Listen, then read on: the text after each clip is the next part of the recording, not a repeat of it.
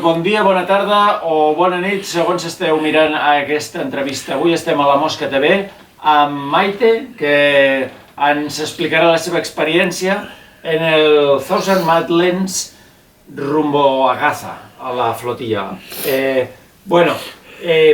Buenas tardes y vamos a hacer esta entrevista en castellano para que tenga pues máximo alcance. Maite, bienvenida a la Mosca TV. Muchas gracias.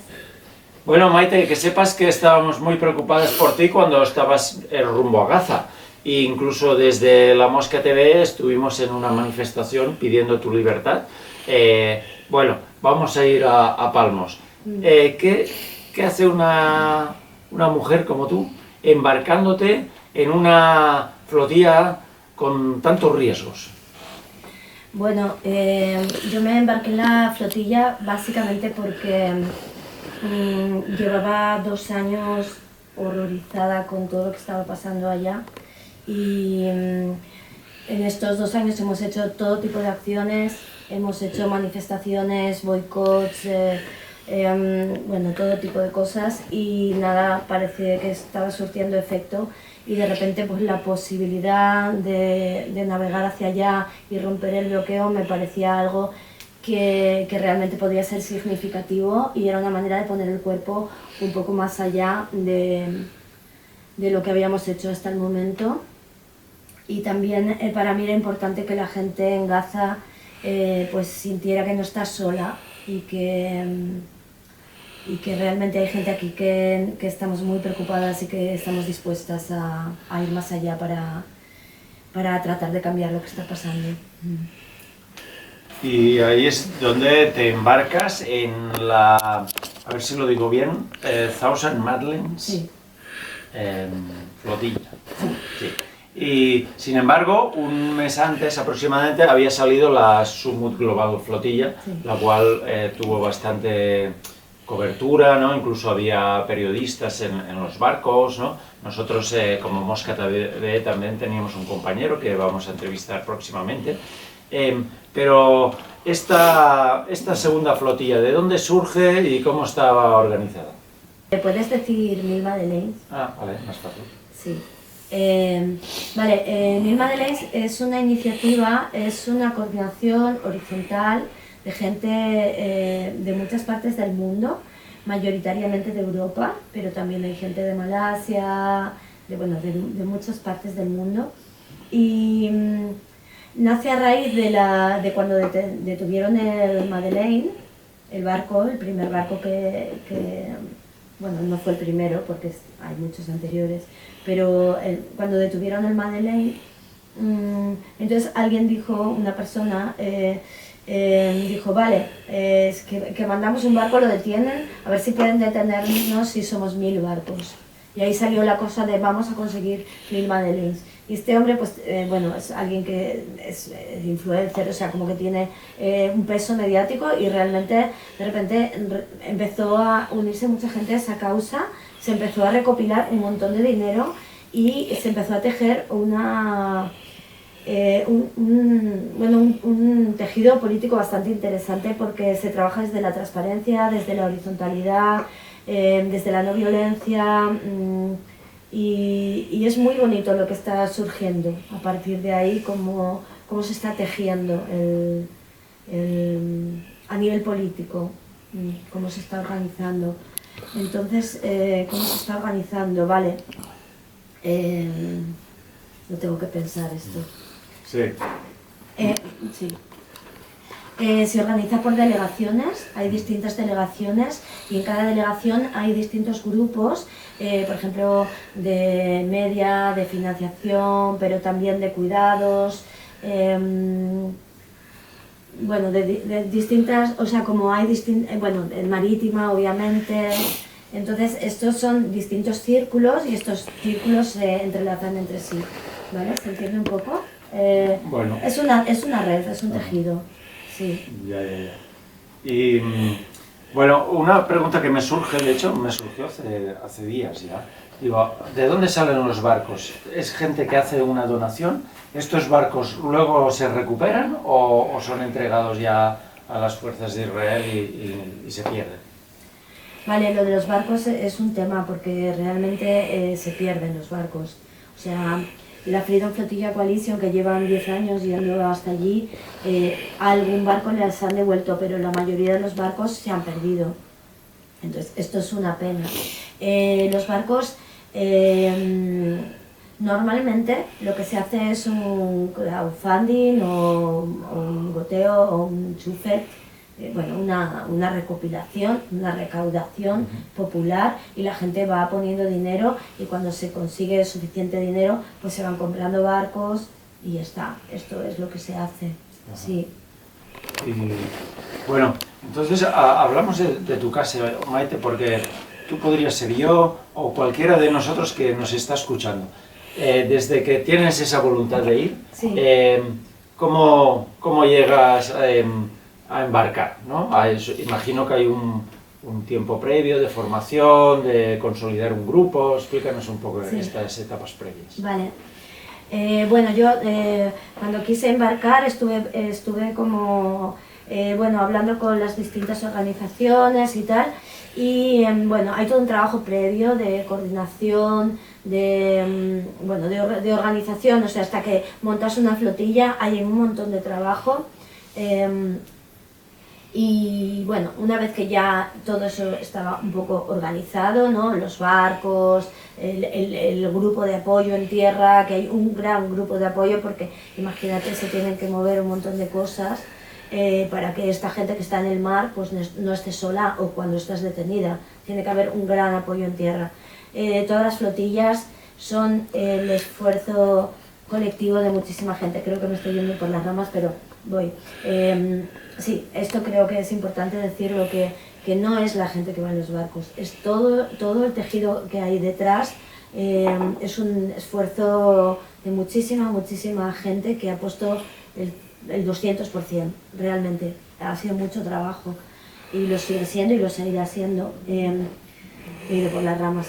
A lo que iba a decir, después, una vez está preparada la flotilla, se hace un entrenamiento, se hacen unos trainings en el que tú te preparas tanto física como psicológicamente, como a nivel legal, como se trabaja, por ejemplo, la comunicación no violenta, porque claro, tú te vas a meter en un barco. En mi caso eran 7 personas, éramos 7 personas que no nos conocíamos de nada.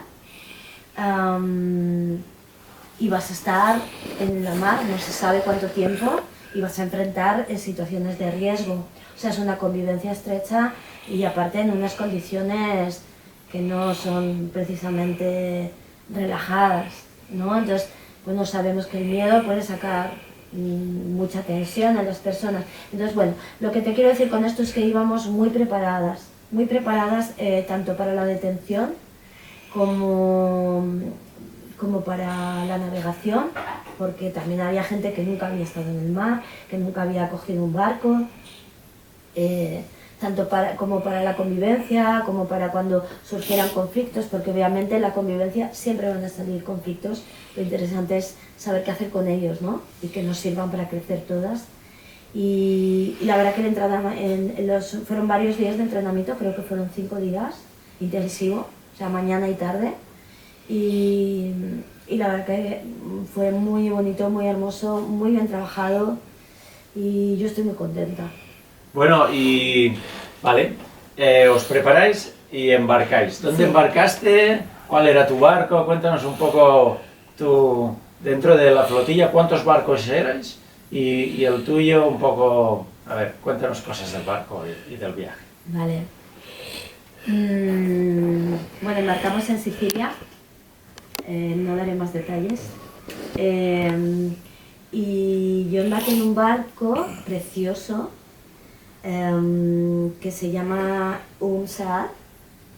Les pusimos nombres en árabe, pero en realidad el barco se llama Maiden. Y en mi barco había una capitana y un capitán. Eran gente de Bretaña, gente que viene de navegar los mares del norte. Eran gente bastante experta. Los primeros días hubo mala mar, había tormentas y había muchas olas, Y yo la verdad que iba súper confiada con esta gente. Era yo, esta gente, voy a donde sea, no sé, como que gente muy preparada y muy bonita. También iba una chica de Malasia, que era doctora, iba un chico palestino, palestino con residencia en Dinamarca, y iba una diputada de Dinamarca. Y iba una chica de Marsella, que era la que llevaba como los media. Y yo, en realidad, al principio, cuando fui allí, yo no sabía si iba a viajar, porque yo iba un poco como sustituta por si faltaba alguien, y ocupé el lugar de un chico palestino. Nosotras en los entrenamientos, una de las formaciones era legal, y en la formación legal la abogada explicó cómo tratan a los palestinos o cómo que era posible que sucediera con las personas palestinas, y pues había demasiado riesgo de que fueran torturadas. Entonces este chico, bueno, se quitó de la misión, y yo pienso que estuvo bien que lo hiciera, y bueno, yo ocupé su lugar. Entonces siento que, no sé, como que me hizo mucho sentido estar ahí y ocupar el lugar de una persona que no podía viajar por esas circunstancias. Y nada, el viaje, hubo eso, varios días de mala mar, pero bueno, a mí me gusta el mar, me gusta navegar, y la verdad que lo llevé bien, pero es verdad que es difícil para personas que nunca han estado en el mar, por ejemplo. La gente los 3 primeros días se mareaba bastante, hubo gente que no podía salir del camarote, que no podían ayudar en las tareas, ¿no? A gente que casi no podía comer porque estaba muy mareada. O sea, la mar es dura, o sea, si no tienes costumbre, o hay cuerpos que no están hechos para la mar. O sea, hay cuerpos que lo llevan bien, o sea, yo por ejemplo no me mareo, lo llevo muy bien, y lo sabía cuando me fui al viaje. Pero hay personas que no, y es verdad que hubo gente que lo pasó mal hasta que ya se calmó un poco el mar, y ya poco a poco, pero sí, los 3 primeros días fueron bastante aventura, así como con la capi y el capi así muy mano a mano. Y después tuvimos muy buen viento todo el rato, y el viento nos iba llevando a 7 y a 8 nudos con una gran velocidad. Y la verdad que muy gustoso el viaje, es muy hermoso viajar en vela. Y bueno, nos iban siguiendo los drones, hubo un momento que empezamos a ver drones, creo que fue a partir de Grecia. También en Grecia vino un barco militar griego que nos estuvo siguiendo, y también nos preguntaban los guardacostas a dónde vais, tal, bueno, no sé. No, nada agradable realmente, y lo de los drones tampoco es agradable, porque además íbamos teniendo noticias de lo que les iba pasando a las compañeras de Sumo, sabíamos que les estaban atacando, bueno, entonces bueno, estábamos ahí en contacto también con las compañeras, y bueno, era muy incierto todo, o sea, nosotras estábamos bien y estábamos preparadas para cualquier eventualidad, ¿no? Sabíamos que nos podían atacar, sabíamos que probablemente nos iban a detener, y bueno, aún así pues tratábamos de estar bien, de comer bien, de cuidarnos mucho. Una cosa muy bonita de las Mille Madeleines es que es muy central el tema del cuidado, tanto o sea, ha quedado muy claro tanto en los entrenamientos como en la política, bueno, las cosas que se siguen hablando, porque ahora estamos preparando la segunda ola. Como que el tema de los cuidados es súper importante, y la verdad que en la navegación esto se sentía un montón, como que había muchos espacios para sentarnos y hablar de cómo estábamos. El capitán y la capitana esto lo tenían muy claro y lo cuidaban mucho, y generaban estos espacios cuando hubo algún conflicto, poca cosa la verdad, pero bueno, algún roce de la convivencia, alguna cosa, generábamos este espacio para poder hablarlo, realmente le dábamos el lugar que requiere, y esto me parece muy importante a nivel político. Yo creo que venimos de una cultura política de poco cuidado, de mucho ir a, venga va, a por todas, sin pensar en cómo nos afecta, y creo que esta nueva manera de hacer política es muy importante, ¿no? De cuidarnos como activistas y como personas que ponemos el cuerpo. Creo que es básico, y esto es nuevo, para mi gusto es algo que está pasando, que viene ahora con las nuevas generaciones, y la verdad que es un tesoro. Y mira una cosa, a nivel de navegación, ¿os estabais viendo los otros barcos unos a otros? ¿Ibais más o menos juntos? Sí. ¿Podíais gritar, Sí. cómo tal? Sí. ¿Sí? ¿Cuántos barcos erais? Ah, es verdad. Vale, eso era precioso, eso era muy bonito. Íbamos en flotilla, entonces ir en flotilla es todo un arte, porque obviamente hay barcos más lentos, hay barcos más rápidos, hay que adaptarse todo el rato, es como los pájaros cuando van en bandada, pues no, tiene una especie de inteligencia colectiva, ¿no? Y esto también era nuevo para mí y creo que para todas, y hay algo muy hermoso en eso. Nosotras íbamos 8 barcos y en un momento dado se nos juntó el Conscience, que es un barco de 70 metros, muy grande, un barco preparado con hospital dentro y bueno, con mucho personal médico y bueno, preparado para lo que íbamos, que era ir a Gaza. Y luego pues los barcos chiquititos pues íbamos todos así y a veces pues te encontrabas más cerca y ahí pues te saludabas, tenías conversaciones o te tirabas cosas. Recuerdo un momento que a uno se le había acabado el tabaco, entonces una compañera metió el paquete de tabaco con un peso y le tiró. También, bueno, en mi barco había alguien que pescaba y conseguía pescados para compartir con los otros barcos. Bueno, esta parte del compañerismo entre barcos era hermoso.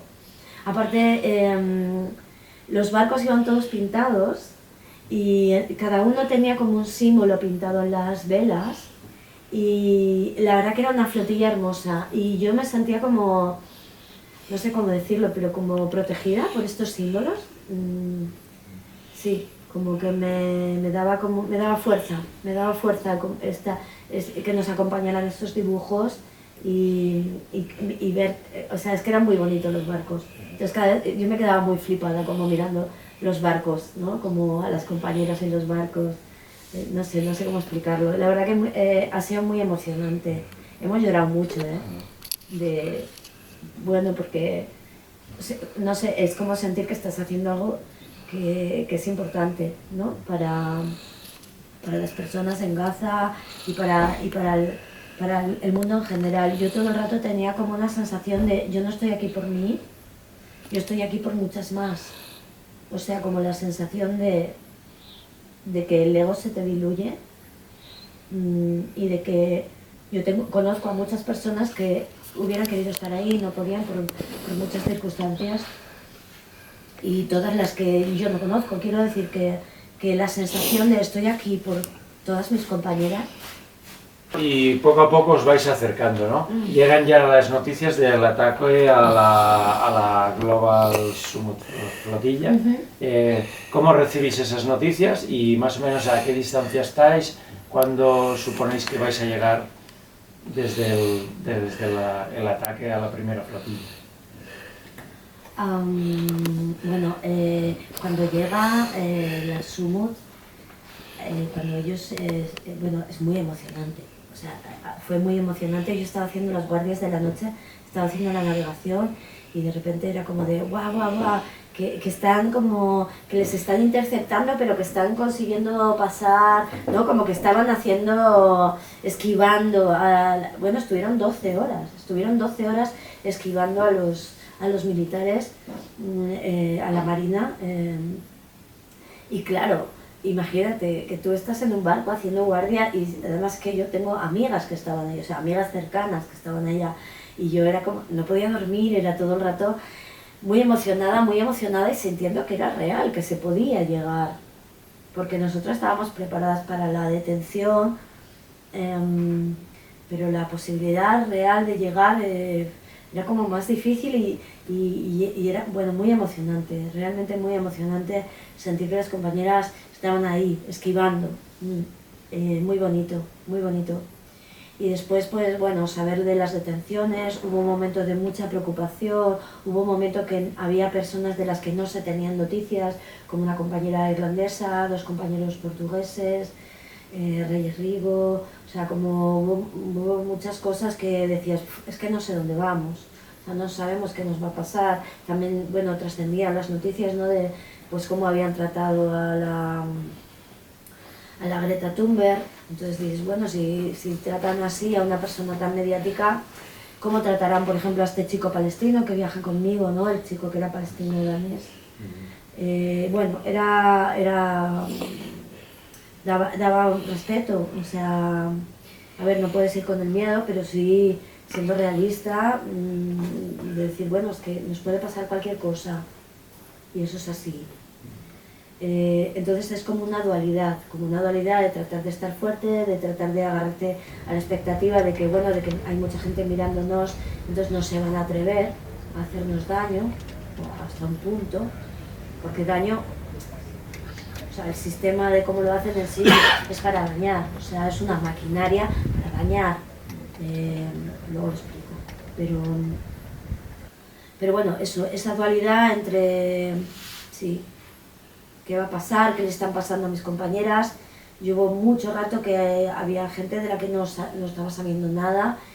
El Miquenos hubo un montón de rato que no sabíamos dónde estaba, y yo conozco gente que iba navegando ahí y era como, uff, ¿qué pasa, no? Y muy preocupante. Además, bueno, cuando vas navegando en un barco no todo el rato tienes conexión, no es que tengas wifi como en tu casa, ¿sabes?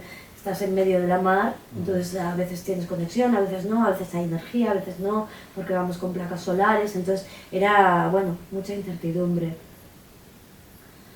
Pero era una mezcla, ¿sabes?, entre de ilusión y de fuerza, porque había también un convencimiento de que las compañeras son fuertes, estaban preparadas y están bien, pero esta cosa de decir, bueno, ya, pero es que no se sabe nada de esta persona, de esta otra y de esta otra, entonces bueno, ¿no? Era como, sí, contradictorio, emociones encontradas. Y nada, llegó un momento en que ya, pues, bueno, después salieron y nos comunicamos y nos contaron cómo había ido la detención, y esto fue muy útil, porque ahí ya pude hablar directo con personas, mira, nos han hecho esto, nos han hecho esto, tener cuidado con esto, tener cuidado con lo otro, esto lo hacen así, ¿no? Entonces esto también te da una idea de cómo, te pongo un ejemplo, por ejemplo, una de los métodos de tortura que ellos utilizan por sistemático, aunque esté prohibido, es poner el aire frío, cuando te meten en una furgoneta y te trasladan, ponen el aire acondicionado frío, pero solo te dejan llevar una prenda de ropa, entonces la gente hace calor, la gente iba con camiseta. Entonces esto, que puede parecer una tontería, en 2 horas de viaje, pues claro, había gente que acababa temblando en el suelo, así como, ¿sabes? O sea, muy fuerte. O sea, gente que acabó, bueno, que es que te enferma eso. Y claro, a nosotras las compañeras nos habían avisado, cuando tengáis que elegir una prenda de ropa, elegid una manga larga, porque os van a hacer esto. Entonces, a mí esto me salvó, por ejemplo, ¿no? Entonces esto estuvo guay, poder hablar con las compañeras que nos explicaron muchas cosas. Sí, perdón que me enrollo mucho. No. Bueno, y claro, vais recibiendo el input, a lo mejor ya de gente que han liberado, y sin embargo vosotras os estáis acercando, sí, ¿no? Bueno, cuéntanos un poco ahí, cuando ya llegáis un poco a la zona roja, sí. ¿Qué es lo que pasó y cómo fue la detención y la intervención a la flotilla de las 1000 Madeleines? Vale, bueno, deciros que estábamos muy tranquilas, de hecho pensábamos que íbamos a navegar un día más, o sea, no pensamos que nos iban a interceptar tan pronto, Pero bueno, nos sentíamos muy preparadas, ya habíamos hecho todas nuestras reuniones, ya nos habíamos hecho como... Bueno, nos habíamos preparado emocionalmente también y yo me sentía totalmente preparada y nada, en un momento dado, a las 5 de la mañana, yo estaba durmiendo, había otras compañeras haciendo la guardia y me despertaron, Maite, Maite, Maite, no te asustes, pero está bien, ¿vale? Entonces, tú cuando eso ya tienes tu mochila preparada, entonces coges la mochila y sales como a la bañera del barco. La bañera es como la zona esta exterior donde te puedes sentar. Entonces todas nos sentábamos allí. Entonces empezamos a ver como unos barcos negros grandes dar vueltas alrededor y luego había unas lanchas semirrígidas que se iban acercando. Entonces tú veías cómo iban interceptando a las compañeras y los compañeros y que se iban subiendo a los barcos y nosotras como intentábamos como, bueno, que no nos cogieran. O sea, la idea era como ir intentando que no nos cogieran. Los barcos grandes, estos no te pueden abordar, pero sí que te cierran el paso y luego están estos semirrígidos que estos sí se acercan y llega un momento que se atan al barco y ahí bajan varios soldados. Yo no recuerdo cuántos eran, pero probablemente eran como 7 u 8, 7 creo que eran. Y entonces ahí ya vienen y te apuntan con unos rifles muy grandes, vienen todos totalmente encapuchados, con sus cascos, bueno, te puedes imaginar, bueno, es bastante impresionante. Nosotras estábamos quietas y habíamos acordado que, bueno, que no puedes como hacer ningún movimiento brusco porque claro, esta gente está acostumbrada a disparar, entonces tú no puedes hacer ningún movimiento brusco, ellos tienen que ver tus manos. Nosotros habíamos acordado porque uno de los compañeros, el compañero palestino, decía que él nunca iba a poner sus manos así frente a los israelitas, entonces en mi barco habíamos acordado mostrar las manos, porque había que mostrar las manos, porque si no... pero entonces pusimos las manos así, todas. Claro, porque otra cosa importante es, si uno hace una cosa, el resto tiene que hacer lo mismo, porque entonces van a ir a por ese que lo hace distinto. Entonces acordamos eso y nada, nos tuvieron ahí un rato, pararon el barco y empezaron a... cortaron las comunicaciones y empezaron a romper cosas del barco. Nos metieron para adentro, nos metieron en un camarote, hacía bastante calor, nos metieron todas ahí, en un sitio muy pequeño. Nos cachearon primero, nos cachearon todo y nos quitaron las cufillas. Buah, es que es muy largo toda la detención, podría estar una hora hablando de esto, porque empiezo a hacer memoria y me acuerdo de todos los detalles, entonces bueno, voy a intentar resumir. Entonces bueno, nada, nos llevaron a un barco muy gigante, era un barco enorme como un edificio de grande, totalmente gris, y los veías ahí arriba, los soldados, y alrededor estaba amaneciendo y veías como, bueno, cómo se llevaban a los compañeros, cómo se llevaban los barcos. Esto fue muy triste, como ver cómo se llevaban los barcos. Y bueno, y entonces nos iban metiendo en esos barcos. Yo recuerdo que nos miraban los militares desde arriba del barco y nos hacían fotos con el móvil y hacían como gestos como obscenos. Yo me tapé así, digo, no quiero ni mirarlos, me daban un mal rollo, no nos dejaban como... O por ejemplo hacías un gesto a una compañera de sonreír o de saludar y no, smile, o sea, no podías hablar, no podías sonreír, no podías nada. Y ahí nos metieron en ese barco estuvimos como unas 10 horas y ahí nos llevaron a un puerto que se llama Ashdod, no sé decirlo, Ashdod.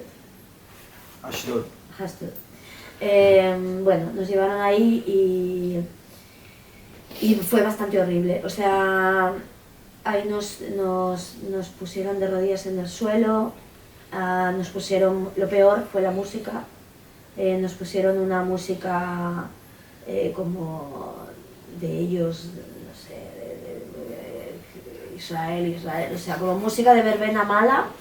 Es verdad, era música de verbena mala, en hebreo, no podías hablar, no podías, bueno, no sé, era como si levantabas un poco la cabeza venían y te empujaban, o si te cansabas y movías la postura te pateaban para que, bueno, en fin, sin más. Y luego de ahí,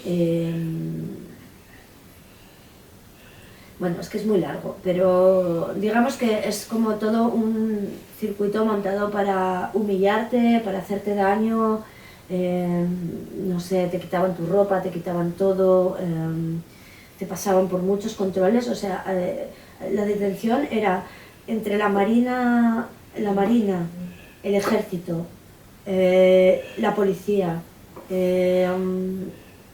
o sea, y los de prisiones. O sea, pasamos, o sea, hubo un momento que en el puerto este de Hastur estuvimos como en un sitio, como en un gran pabellón que era diáfano y nos fueron pasando por, o sea, no sé, cientos de personas, o sea, los que te cogían, te llevaban, te desnudaban, te cacheaban, te llevaban, te hacían fotos, te pasaban las cosas por un detector de metales, te abrían la mochila, te sacaban todo, tiraban cosas, luego te llevaban a otros que te hacían preguntas, te cogían las huellas, o sea, como que pasabas por muchas personas, escribían tu nombre muchas veces, o sea, no sé, como era bastante raro.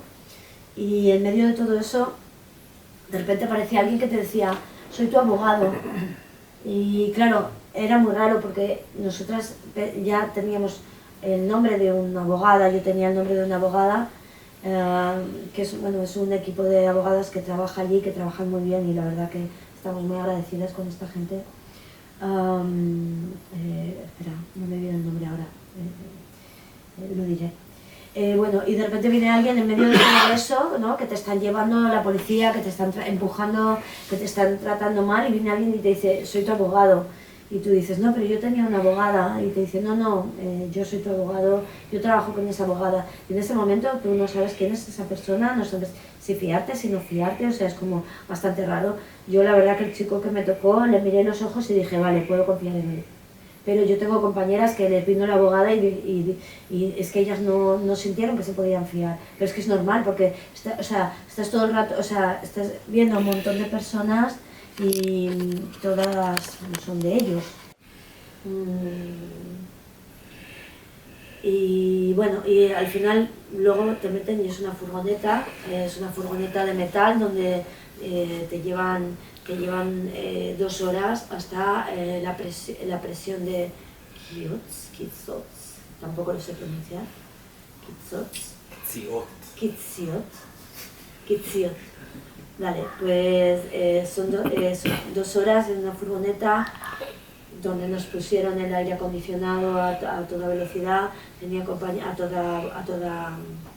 velocidad no es la palabra, a toda potencia. Yo por suerte llevaba una chaquetilla, pero tengo compañeras que estaban pasándolo realmente mal. También hay que decir que con nosotras viajaba gente muy mayor, había gente de 80 años, tanto hombres como mujeres. Obviamente para estas personas pues es todo más duro. También decir que en todo este rato ni comimos, ni bebimos, ni fuimos al baño. Después nos llevaron a Kitzot y cuando llegamos allí nos metieron en unas jaulas. Cuando digo jaulas me refiero a unos cuadrados hechos de valla de obra, o sea, cuadrados hechos de valla de obra, el techo también y con tela de obra también. Y nos pusieron ahí en el suelo con los ojos vendados y yo estaba al lado de una compañera y yo sentía que la compañera estaba temblando y por debajo de la venda yo podía ver que era una de estas compañeras mayores. Y entonces hubo una guarda, porque había gente argentina allí, las guardas de los funcionarios de prisiones, que dijo, ¿alguien habla en español? Y yo dije, sí. Y dijo, vale, porque ella no hablaba inglés, entonces ella necesitará a alguien que la tradujera. Y entonces yo dije, aquí la compañera necesita un médico. Sí, sí, ahora traemos un médico. ¿Tú has visto el médico? Yo tampoco. Pero bueno, y ahí ya me dijo, puedes quitarle la venda a tus compañeras. Y estuve quitándole la venda a las compañeras.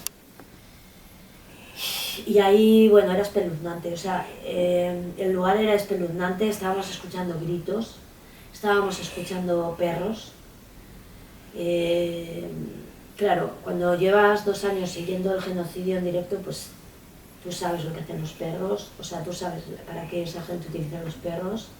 No sé, bastante espeluznante, o sea, no sé, bastante fuerte. Y bueno, estuvimos 2, 3 días, 3 noches, creo que estuve allí dentro.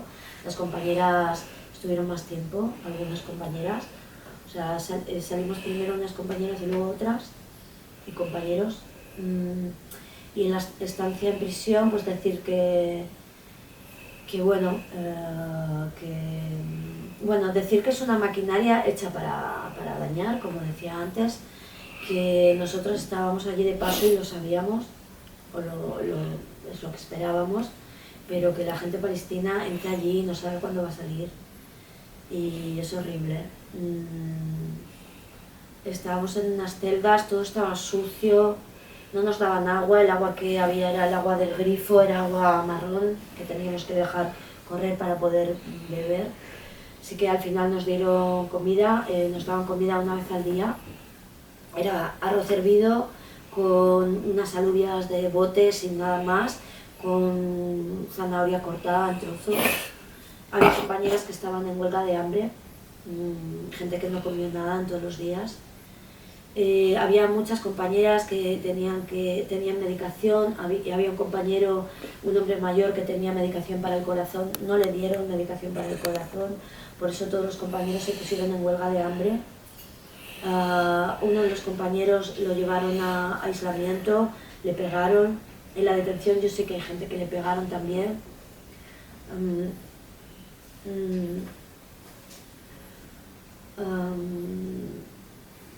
Bueno, protestábamos lo que podíamos. Cuando sabíamos que a alguien le estaba pasando algo, pues gritábamos, pero nos amenazaban con gasearnos.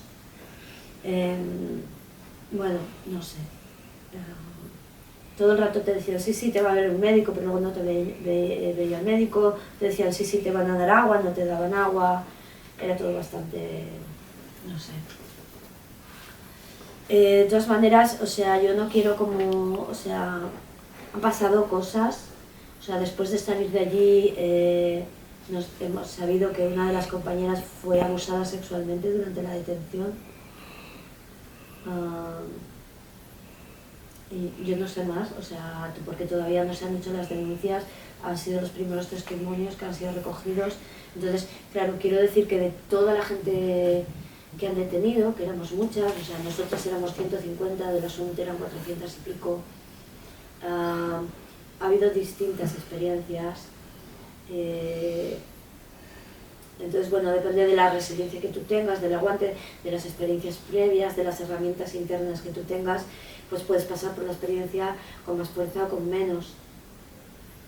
Yo considero que tengo muchas herramientas, soy psicoterapeuta, había tenido otras experiencias con la policía, con la represión, había sido detenida, entonces considero que tengo herramientas y por eso también me apunté, pero pues de repente yo estaba calmando a personas que estaban en un ataque de ansiedad, o como te digo, había personas muy mayores, había una compañera que tiene 70 y largos y que tiene dolor crónico y que no le estaban dando su medicación para el dolor crónico, entonces ella no podía dormir.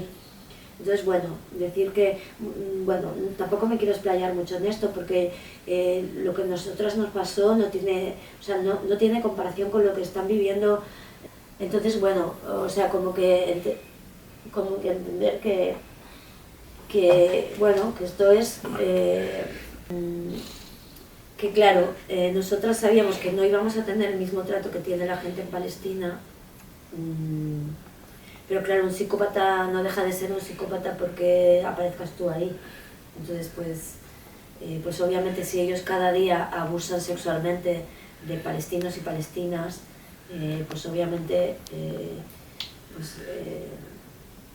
no es extraño que haya sucedido.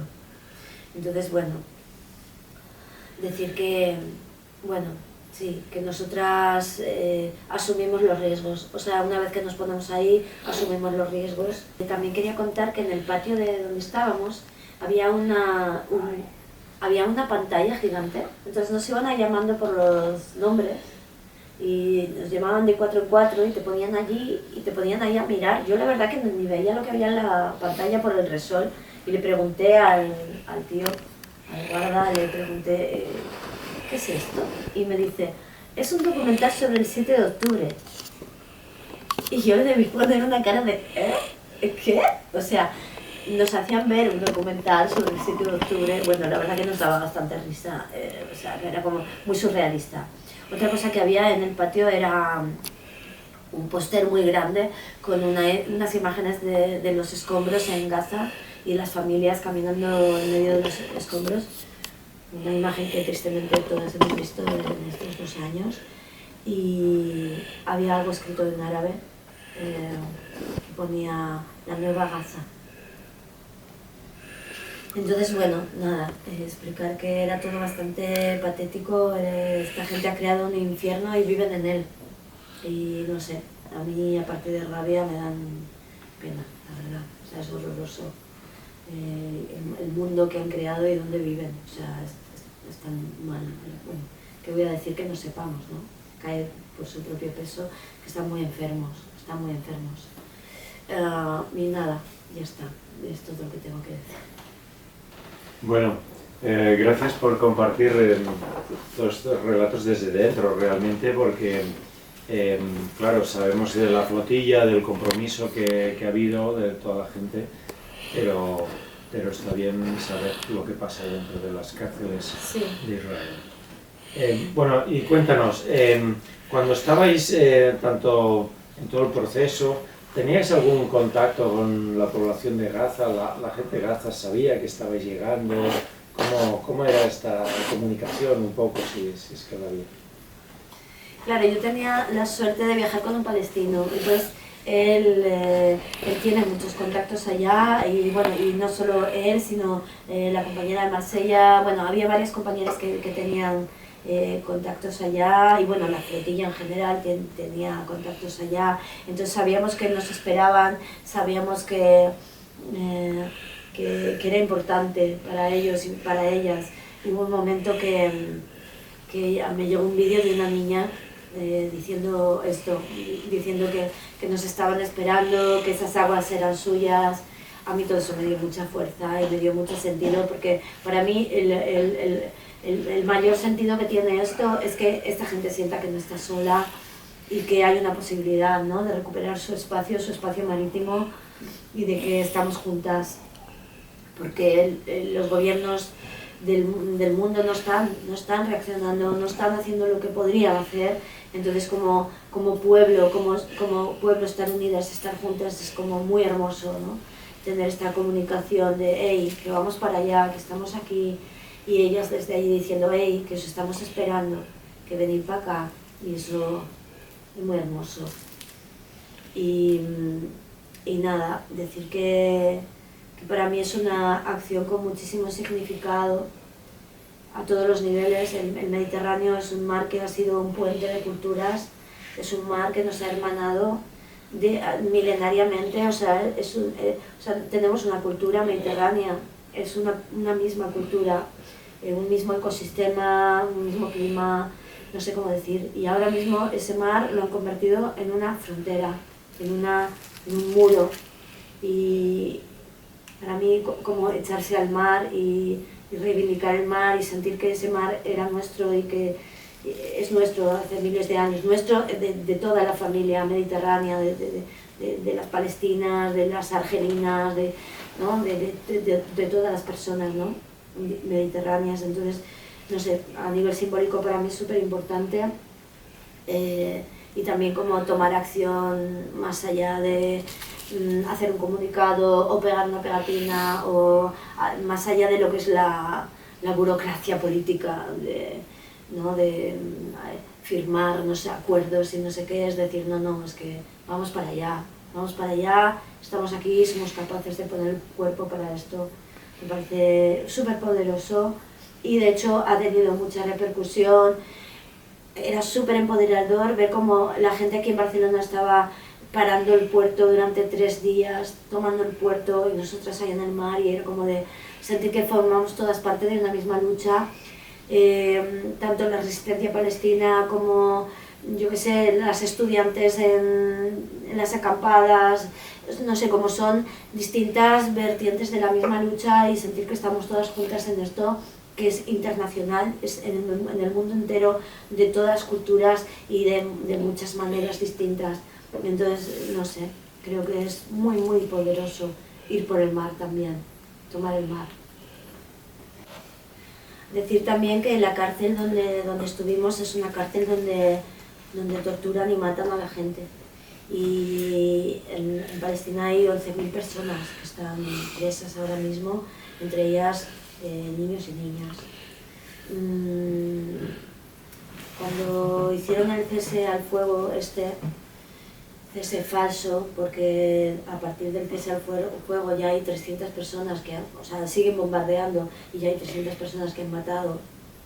Yo cuando llegué aquí, por un lado fue muy bonito porque era la huelga general y fue muy potente, muy poderoso todo lo que se vivió en Barcelona esos días, pero también fue muy fuerte como ver cuando soltaron a los rehenes palestinos, a los presos, ver cómo salió esa gente, que además iba con las mismas ropas que a nosotras nos habían puesto en la cárcel esta. Bueno, no sé, digo esto porque a nivel simbólico es como una manera de ponerte en la piel de ellas y ellos. Y de toda esa gente que salió, muchos muertos, maniatados, les habían sacado los órganos, hubo un hombre que salió sin ojos, que le habían cortado una pierna y le habían sacado los ojos. No sé, como que fue muy duro también, ¿no? Como decir, vale, qué bonito hemos llegado hasta allí, qué bonito se está moviendo todo esto en la calle, pero esto está pasando, o sea, no ha parado, o sea, no hemos parado nada, o sea, sigue el genocidio y no sé, es como que tenemos que seguir en la lucha, y no podemos parar hasta que esto pare. Y ahí estaremos, en las calles, en las campañas y en toda la lucha que sea por Palestina, la cual es cada vez más global, ¿no? Y hay manifestaciones en todo el mundo. De hecho, es uno de los movimientos más globales a nivel de lucha social que existen en nuestros tiempos. Yo te quería preguntar, bueno, dices que habrá más flotillas, ¿no? ¿Cómo se está gestando esta nueva ola de flotillas? Creo que es importante que todo el mundo esté atentos y atentas, porque tanto Sumut como Madeleines, me imagino que Freedom Flotilla también, vamos a volver a salir, es muy probable que vamos a volver a salir juntas, entonces vamos a necesitar mucha gente, mucha implicación, personas que quieran colaborar a nivel económico, vamos a necesitar muchos barcos porque nos hemos dado cuenta de que cuantos más barcos vayamos, mejor, más posible de atravesar el bloqueo. Entonces, vamos a hacer un gran esfuerzo, estamos en ello. Entonces, manteneros atentas a nuestras redes. Nosotras tenemos un Instagram, se llama Mil Madeleines Ibérica, Sousa Madeleines Ibérica. Creo que es así, .ibérica, sí. Y esto, como que estéis atentas y atentos porque en los próximos meses vamos a estar moviendo esto, vamos a volver a recaudar dinero, nosotros vamos a lanzar un goteo, estamos moviéndolo ahora, estamos como en la fase inicial de la segunda ola. Y estamos reestructurando todo, también recogiendo feedback de cómo fue la primera a nivel organizativo, tanto en Sumut como en Madeleines, estamos como recapitulando todo para poder si cabe mejorar y hacerlo mucho más extensible, todo lo horizontal que podamos, todo lo transparente y con toda la fuerza, y estamos súper determinadas a romper el bloqueo. Hemos visto que ha tenido mucha repercusión, aunque sea a nivel la opinión pública, gente que estaba bastante disociada del tema de Palestina, al de repente conocer personas que se han ido, ha conectado mucho más. Es muy triste, esto es triste porque, a ver, tendríamos que conectar igual, aunque fueran palestinas, tendríamos que conectar con el dolor ajeno, pero parece que hay personas que conectamos más que otras, y eso es así. Es una realidad que yo me he dado cuenta al volver, que hay gente que me decía, buah, es que es muy triste, pero gracias a que tú has ido, de repente yo he conectado un montón con esto. Y esto es algo que yo no lo había pensado antes, pero bueno, pues parece que nosotras tenemos el privilegio de poder poner la carne, el cuerpo, con menos riesgo de que nos maten. No digo que no lo haya, porque lo hay, es así. Pero corremos menos riesgo de la gente palestina, y el efecto mediático y en las calles pues se siente mucho más que cuando matan a alguien en Palestina. Es muy triste, es racista, es así, hay que decirlo, pero pues bueno, que tenemos que poner el cuerpo, pues lo vamos a hacer, y estamos contentas y orgullosas de poder hacerlo, la verdad. Sí, ahí vamos, y contamos con vosotras. Pues muchas gracias, Maite. De verdad que ha sido una entrevista que va a contagiar, creo, el espíritu de lucha que tú llevas dentro y que nos estás transmitiendo. Y muchas gracias por haber ido a Gaza cuando nosotros estábamos aquí, y de alguna manera, como tú decías, estábamos en ti y tú nos llevabas a Gaza, y eso fue muy importante. Gràcies a tots i fins a la propera a La Mosca TV.